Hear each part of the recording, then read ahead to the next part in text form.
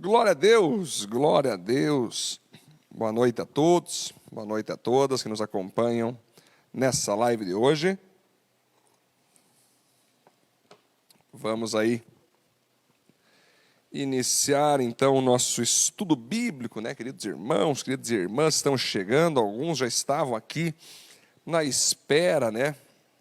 Um horário bem mais tranquilo, né? Um horário mais possível das pessoas nos assistirem.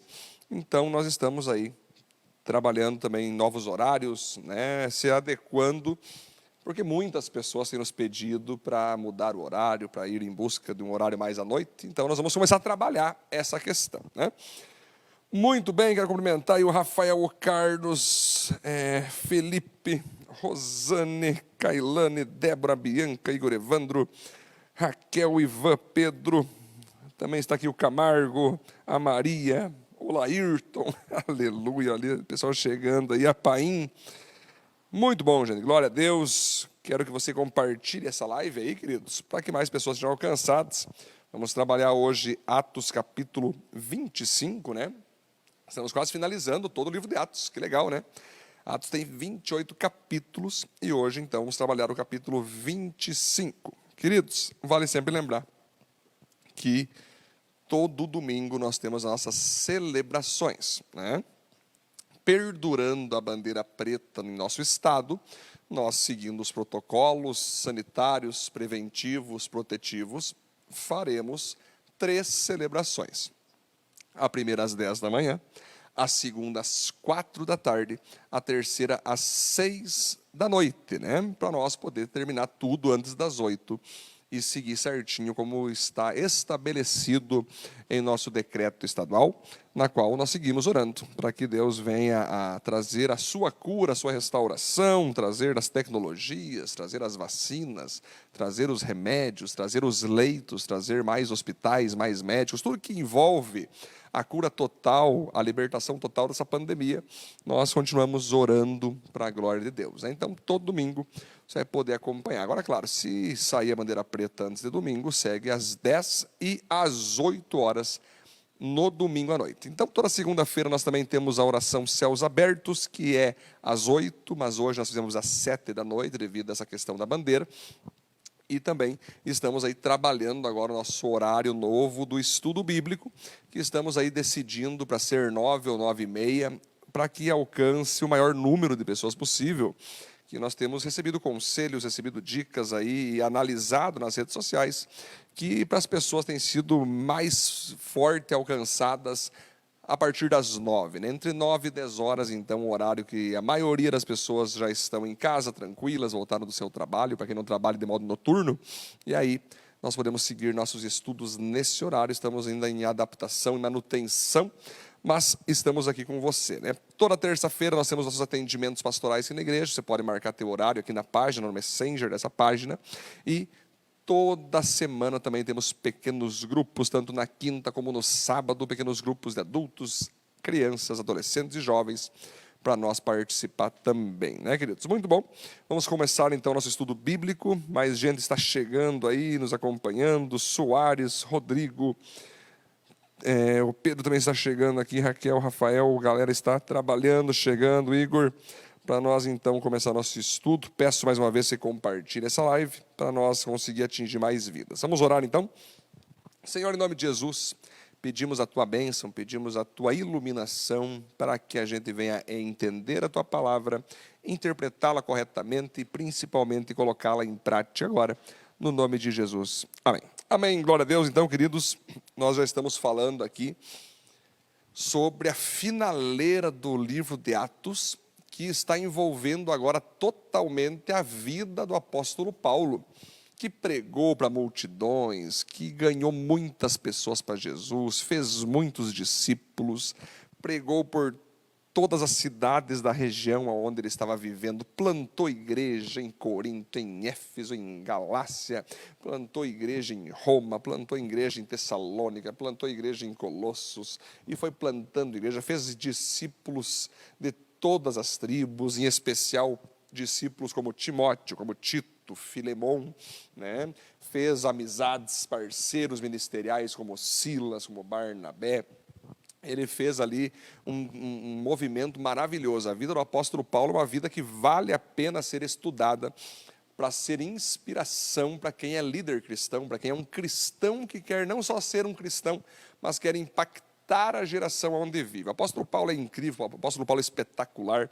Ele não tinha medo de pregar o evangelho, ele não tinha medo das pessoas ficarem brabas por ele pregar o evangelho. Foi apedrejado, foi perseguido, foi atacado, foi invejado, foi criticado, foi julgado, foi condenado. O apóstolo Paulo é o retrato do que uma pessoa cheia do Espírito Santo tem que estar preparada para viver, né? Nós somos acostumados agora que quando todas as pessoas falam mal de um ser, nós acreditamos naquelas pessoas e achamos que por aquela pessoa estar sendo alvo de crítica, ela não vale nada, mas às vezes é muito pelo contrário.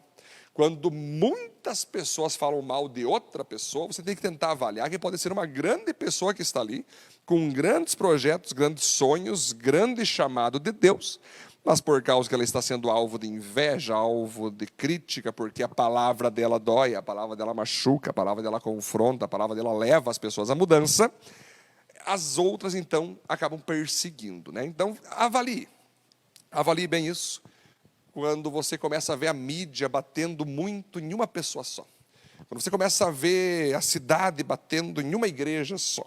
Batendo em um grupo só. Batendo em uma empresa só. Às vezes, queridos, e a maioria das vezes, se revela ali um grupo muito forte, uma pessoa muito cheia do Espírito Santo, que está então ali sendo criticada, porque as trevas estremecem. As pessoas das trevas odeiam a luz. As pessoas das trevas odeiam homens da luz. As pessoas do diabo odeiam Deus. As pessoas do diabo odeiam pessoas de Deus. As pessoas covardes odeiam corajosos. As pessoas fracas odeiam as fortes. E é assim que sempre vai continuar acontecendo para todos aqueles que buscam ao Senhor, né? O apóstolo Paulo, então, para quem está acompanhando aqui, é que nem um capítulo de série, né?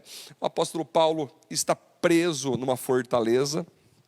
E então ele está diante das autoridades que estão questionando ele para entender por que os judeus querem que ele seja preso, querem que ele seja morto. E aí ele começou já a pregar para o governador Félix, pregou já para várias pessoas ali do governo, né, sobre a sua real razão de estar preso, que era simplesmente porque ele crê em Cristo, fala sobre Cristo, e os judeus ficaram com inveja dele, queriam que parasse de pregar sobre isso, porque ele estava indo contra os ensinos judaicos, então eles queriam uma morte do apóstolo Paulo. É interessante que então o governador Félix, ele sai de cena para um novo governador entrar, que é o governador Festo. Pense que de tempos em tempos nós vamos sempre ter mudanças nos governos, né? Se você vê o Brasil, desde a sua candidatura ali de constituição, desde que virou uma república, desde lá já tem visto vários homens, né, entrando, até uma própria mulher depois entrou, se colocando como presidente do Brasil, né, se colocando como autoridades do Brasil. Você vai ver, aí era, vamos pegar mais próximo aqui, foi Fernando Henrique, foi Collor, aí depois foi Lula, aí depois foi Dilma, agora estamos na época do Bolsonaro, pode ser que ele se reeleja, mas depois que ele se reeleja vai entrar um outro cara, e assim vai, as autoridades mudam. O que não muda jamais é aquilo que Deus instituiu. Muitas pessoas se confundem que toda autoridade é instituída por Deus, achando que quando uma pessoa pega o governo, foi Deus que colocou, não. Toda a autoridade é instituída por Deus, ou seja, o poder, a cadeira de liderança, essa é instituída por Deus. Mas quem entra nela é o homem que coloca lá dentro, através da democracia, de países democratas, através do voto, através da campanha, através da esperança e da torcida, da empolgação, é o homem, os próprios homens que colocam um homem dentro da cadeira que Deus instituiu, que é a autoridade, né? Então o apóstolo Paulo aqui tinha acabado de pregar para Félix, mas muda ali a pessoa na cadeira e entra o governador Festo, que então ele acaba viajando para Jerusalém para poder entender o caso chamado apóstolo Paulo.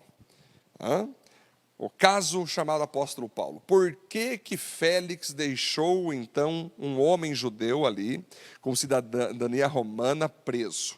Ele foi, então, tentar entender no meio dos judeus o porquê que Paulo estava preso. Os judeus falaram para Festo: o governador Festo, esse apóstolo Paulo é louco, ele bateu a cabeça, ele fala de um Jesus que morreu e ressuscitou, ele fala que o templo judaico não muda as pessoas, mas o que muda é o Espírito Santo. Ele está dizendo que aquilo que está escrito no Antigo Testamento se cumpriu em Cristo e não precisa mais viver aquilo. Nós queremos a morte dele por isso. Aí, o governador Festo, que não é bobo nem nada, que sabia que naquela época de Roma, todo o Império Romano, todas as províncias romanas, para que uma pessoa fosse condenada à morte, para que uma pessoa fosse condenada à prisão, era necessário que existissem os acusadores que trouxessem a verdade sobre o caso, existisse de fato provas que tal pessoa era um criminoso, era um mentiroso, era um bagunceiro da geração, e se fosse então tido acusação e mais provas que tal pessoa matou, que tal pessoa roubou, essa pessoa então era condenada à morte, né? Podia ser morte por crucificação, podia ser morte por degolamento, podia ser morte por espada, podia ser morte por várias maneiras, mas o Império Romano só poderia matar pessoas que fosse confirmado com provas que tal pessoa era criminosa. Então não adianta tanto dizer para um governador: eu quero que o senhor mate o apóstolo Paulo. Por quê? Porque ele não tem a mesma fé que eu. Os caras não vão matar. Os caras não vão fazer nada. Eu quero que o senhor mate o apóstolo Paulo porque ele fala de um Jesus e eu não creio em Jesus. Então o governador Festo ficou: gente, o que vocês estão discutindo é uma coisa religiosa, é uma coisa de liberação de fé. Cada um crê no que quiser, isso não tem maldade nenhuma, não tem crime nenhum nisso, né? Mas o governador Festo volta então para o castelo onde ele estava, em Cesareia, leva aqueles judeus até Paulo, e ali então começam os judeus a acusar Paulo de tudo quanto é coisa. O apóstolo Paulo também pega a palavra e diz: governador Festo, perceba que eu estou sendo acusado, condenado e ameaçado de morte, não porque eu sou bandido, não porque eu matei alguém, não porque eu roubei, não. É porque eu creio simplesmente em Jesus, eu creio que a vida correta deve ser buscada, que uma vida em santidade deve ser buscada, e por isso que os caras querem me matar, só por isso. Agora você imagine, queridos, que interessante, não sei se vocês já repararam, mas você como cristão, eu como cristão, né? Por que nós somos tão odiados e tão perseguidos e tão caluniados? Já pensou nisso? Né? Tem pessoas que muitas vezes são bandidas, são abortistas, são homossexuais, são bandidas, são corruptas, que muitas pessoas falam: faz parte, isso aí é normal, o brasileiro é assim mesmo, tem que ser assim mesmo. E muitas pessoas não falam nada.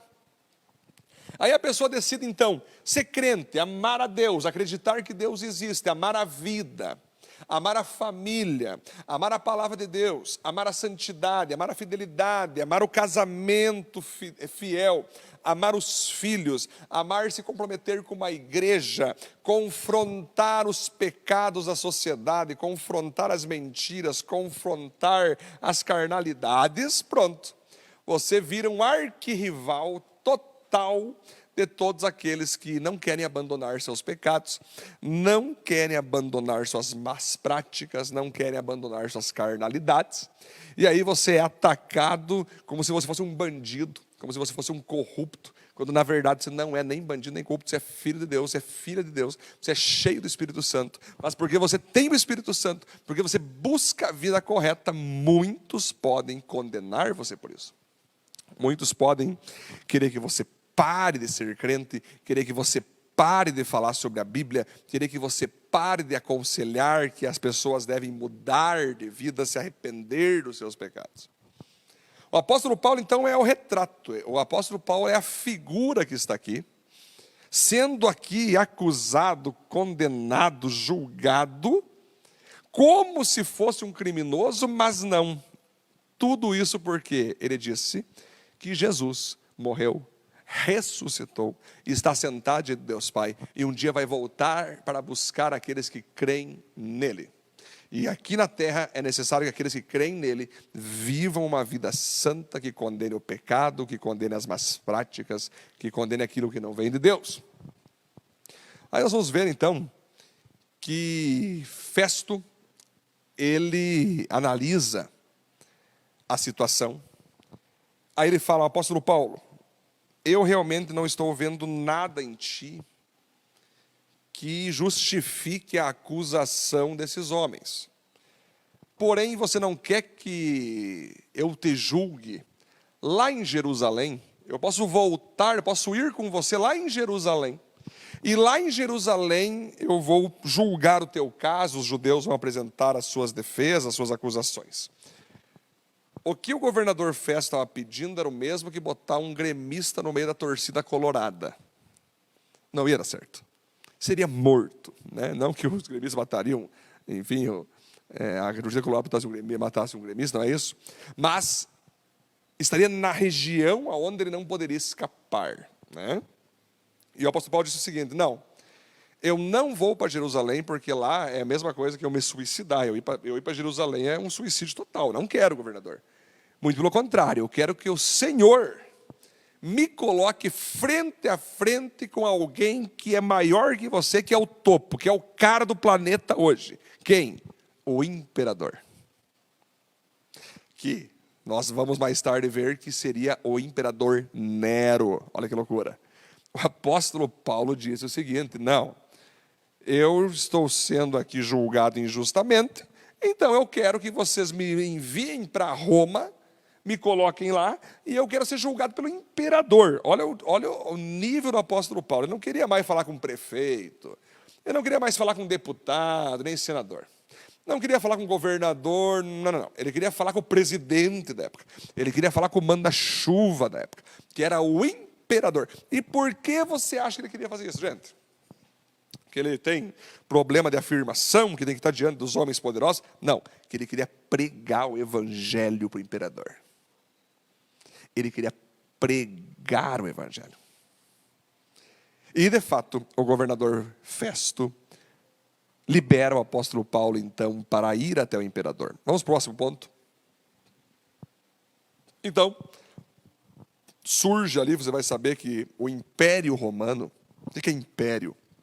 São os manda-chuvas. Imagina o Império Romano como se fosse a América Latina. Vamos pensar que a América Latina virou um país só, onde um cara manda em toda a América Latina, é um paizão, mas no Brasil tem ali um presidente, na América, ali no Peru tem um outro, na Venezuela tem outro, mas é tudo um só, é um país só, né? Não vai ser um presidente em si, vai ser um governador. No Brasil, quem vai governar vai ser esse. Ali na Venezuela, quem vai governar vai ser esse. Mas eu mando em toda a América Latina. Era assim que funcionava o Império Romano.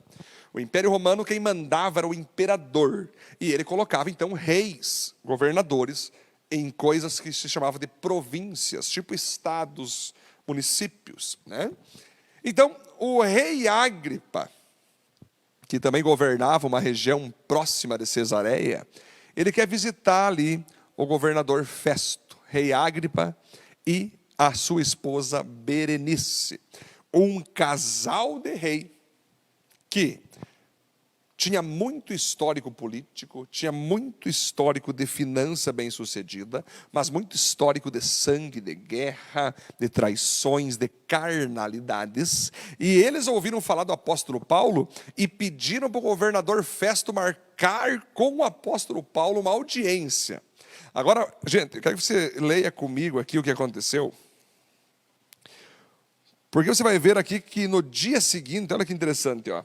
Agripa disse a Festo: eu gostaria de ouvir esse homem chamado apóstolo Paulo. Amanhã o senhor vai ouvi-lo, respondeu Festo. No dia seguinte, Agripa e Berenice chegaram com grande cerimônia e pompa.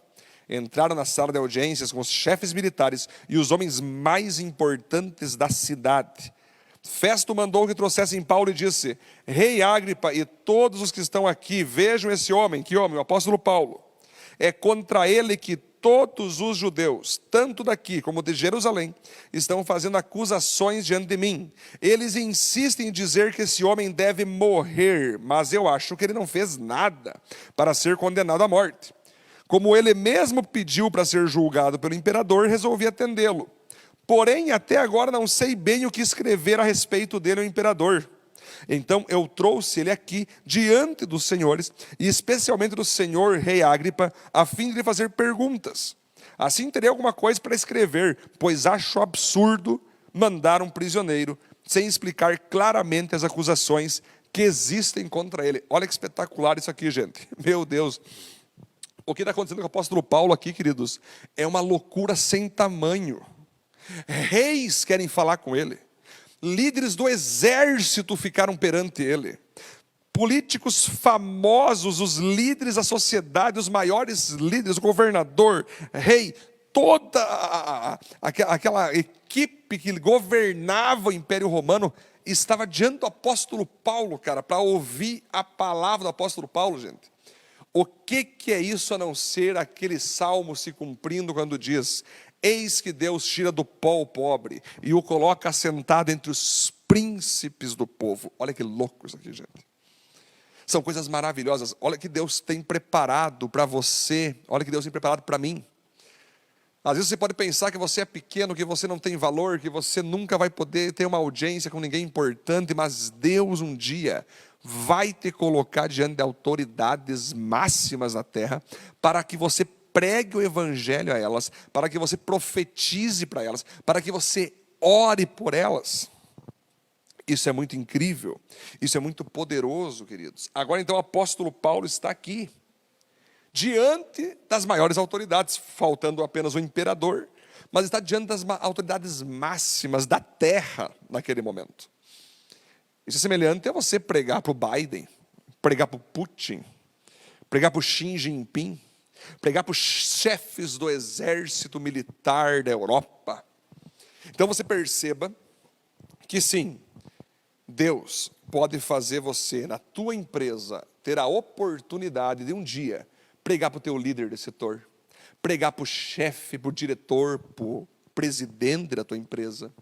Deus pode abrir portas maravilhosas para você pregar para artistas, pregar para jogadores de futebol, pregar para cantores, pregar para pessoas que são famosas. Você pode um dia estar frente a frente com elas e Deus te usar.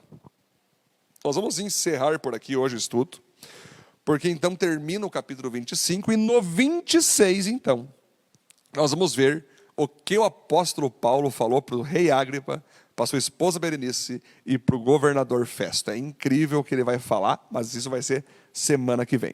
Muito bem, Deus abençoe todos que estão comigo aqui, Rodrigo, Bianca, Michele, Felipe, o pessoal está chegando aqui, Rafael Maiar, Lucas Santos, também está aqui o Farias, também está aqui o Camargo, também está aqui a Raquel, o Paim, glória a Deus, pessoal chegando com força aqui, acompanhando nossa live. Peço então que todos venham estar compartilhando também.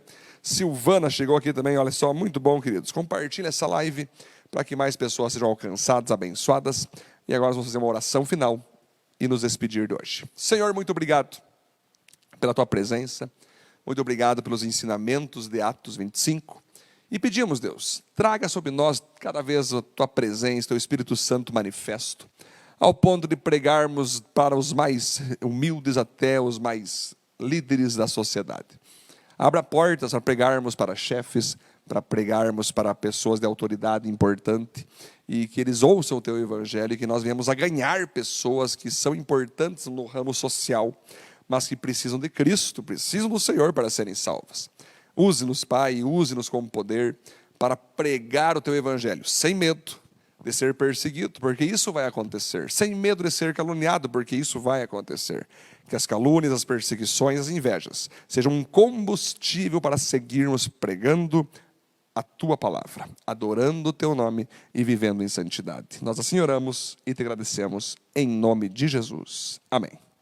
Amém, queridos, glória a Deus. Até semana que vem, então, em Atos capítulo 26. E fica o meu convite aí para domingo, então, você estar participando de uma de nossas celebrações. Um grande abraço, valeu.